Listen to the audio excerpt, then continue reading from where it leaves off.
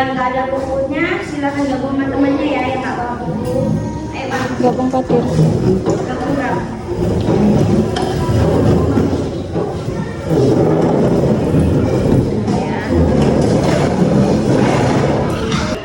Materi tentang kebebasan berorganisasi yang ada di buku paket PKN kalian yang ada di halaman 50. Kegiatan pelajaran hari ini yaitu yang pertama kita memahami kebebasan berorganisasi. Yang kedua yaitu nanti kita ada bermain kartu. Bermain kartu dengan menggunakan metode match yang dimana yaitu kalian mencari pasangan kartu kalian dari pertanyaan atau jawaban tersebut. Jadi meminta di antara salah satu kalian untuk membacakan isi dari halaman 50. Ayo siapa yang mau baca? Saya. Siapa namanya? Organisasi adalah himpunan atau kumpulan orang yang mempunyai tujuan dan kepentingan bersama dalam melakukan kegiatan sehari-hari, baik di sekolah maupun di masyarakat. Setiap orang selalu melakukan kerjasama dengan orang lain untuk mencapai tujuan bersama. Sebelum kita memulai permainan kartu yang menggunakan metode MX, di sini gua akan menjelaskan. Di sini gua mempunyai dua kartu. Yang pertama ada warna biru dan yang satunya warna kuning. Jadi untuk anak ibu tolong didengarkan dulu sebelum dimulai. Yang dimana kartu biru ini pertanyaannya dan yang kartu kuning ini jawabannya. Kartu biru ini yang kuning jawabannya. Nah, jadi ibu minta kalian berdiri semua. Ayo.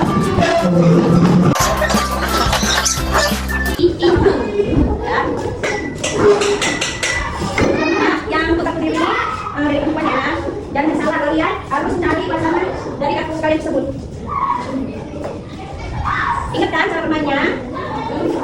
Oh ini pet. Ini pet pegang. Karena ini tidak, ini kan bisa atasnya. Jadi yang tidak apa-apa. Ada dua orang ya. Jadi di sini waktunya 10 menit. Jadi dalam ada yang saya salah nanti akan diberi hukuman. Tidak banyak. Jawaban di mana? Tadi ya. Tadi ya jawabannya. 10 menit. Jawabannya. Silakan dibuka. Oh, ayo berhubungan. Ini mau siapa? Nah, udah dapat semua jawabannya?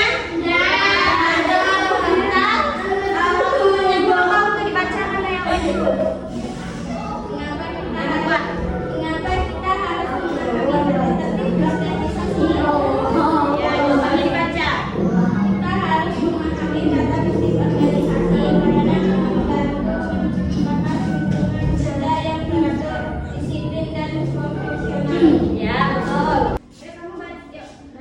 Ayo kamu baca apa pertanyaannya? Sebutkan contoh organisasi di sekolah. Contoh organisasi di sekolah yaitu OSIS, Pramuka, UKS. Baiklah, itu tadi permainan kartu yang menggunakan metode mix and match. Di mana seru? Seru. Baiklah, silakan kembali ke tempat duduknya masing-masing. Baiklah, karena tadi permainan kartu sudah selesai, sekarang kita kembali membahas tentang kebebasan berorganisasi. Ada yang tahu nggak contoh organisasi di sekolah itu contohnya apa? Yang tahu tunjuk tangan. Saya Bu, Pramuka, PNR, UKS. Nah, itulah yang disebutkan oleh teman kalian contoh organisasi di sekolah yaitu Pramuka dan MKS. Nah, sekarang di sekolah itu kan kalian pasti ada mengikuti kebebasan berorganisasi. Jadi di sini yang disebutkan oleh teman kalian contoh organisasi di sekolah yaitu Pramuka, UKS dan lain-lain. Nah, selain di lingkungan sekolah ada juga namanya di kelas. Di kelas itu ada struktur kelas atau disebut dengan struktur organisasi kelas. Di sini Bu akan membagikan contoh struktur organisasi di dalam kelas.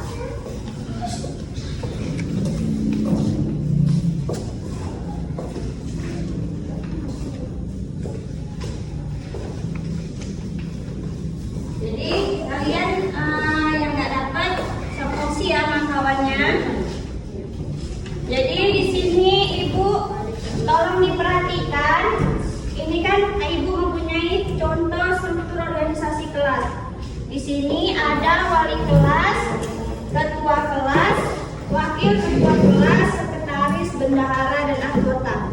Di sini ada sekretarisnya kan? Ada. Jadi ada yang tahu nggak apa itu sih struktur organisasi di dalam kelas? Ada yang tahu? Nggak ya? Oke, di sini Ibu mau menjelaskan struktur organisasi kelas adalah kerangka kerja yang mengatur bagaimana sebuah kelas diorganisasi dan dijalankan, termasuk pembagian tugas, tanggung jawab, dan hubungan antar anggota. Organisasi di sekolah tadi kan sudah kita sebutkan. Ada yang tahu nggak contoh organisasi di lingkungan atau di masyarakat? Nggak ada yang tahu ya. Di sini Ibu mau menyebutkan contoh-contoh organisasi yang ada di lingkungan atau di masyarakat. Contohnya PKK, koperasi, dan organisasi keagamaan.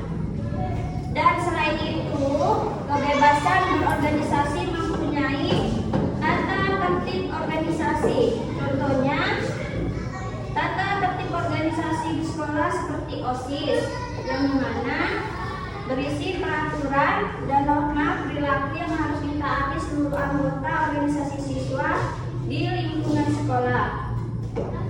Tujuannya yaitu menciptakan lingkungan belajar yang kondusif, aman, dan tertib. Selain itu, tata tertib organisasi adalah sistem aturan atau peraturan yang mengatur perilaku dan aktivitas anggota dalam sebuah organisasi. Aturan ini bertujuan untuk menjaga ketertiban dan mencapai tujuan organisasi dengan lebih efektif. Nah, itulah tadi tentang memahami kebebasan berorganisasi. Di sini Ibu ingin memberikan kesimpulan tentang pembelajaran kebebasan berorganisasi, yaitu tujuan pembelajaran kebebasan organisasi adalah agar peserta didik memahami dan menghargai hak berorganisasi serta dapat mengaplikasikan dalam kehidupan sehari-hari. Jadi kalian kalau misalnya ada kerja kelompok atau tugas yang lain, kalau dilakukan secara berorganisasi atau bekerjasama, itu menciptakan hubungan interaksi yang baik dan mendapatkan hasil kerjasama yang baik dan mencapai tujuan bersama. Mengerti semua? Pelajaran hari ini cukup sampai di sini. Jadi semua tolong ditutup bukunya dan masukkan ke dalam tasnya masing-masing. Dimasukkan bukunya ya. Nah, baik. Sebelum itu mari kita terlebih dahulu. Ayo ketua kelas pimpin doanya dan siapkan. Ya Rabb, sebelum kita pulang, marilah baca doa dimulai. Bismillahirrahmanirrahim. Wal asri innal insana lafii khusri illa allazina amanu wa amilus solihati wa tawassaw bil haqqi wa tawassaw bil sabri. Sadaqallahul azim. Assalamualaikum warahmatullahi wabarakatuh. Waalaikumsalam warahmatullahi wabarakatuh dan selamat siang semua.